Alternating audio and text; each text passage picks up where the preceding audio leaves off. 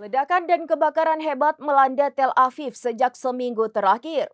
Mengutip Tasnim via Tribunnews pada Sabtu 26 Juli 2025, hal ini dilaporkan oleh sumber utama pada Kamis 24 Juli.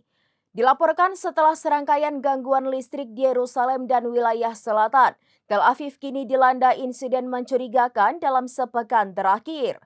Meski diberlakukan penyensoran ketat, perusahaan listrik Israel mengakui adanya cacat teknis tak biasa yang memicu pemadaman luas.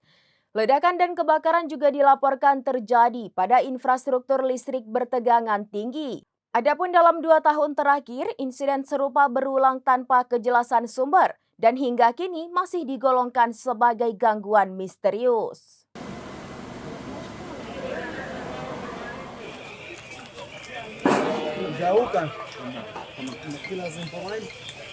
Demikian informasi terkini Syederalon. Saksikan terus informasi lainnya. Jangan lupa like dan share seluruh akun serambinews.com.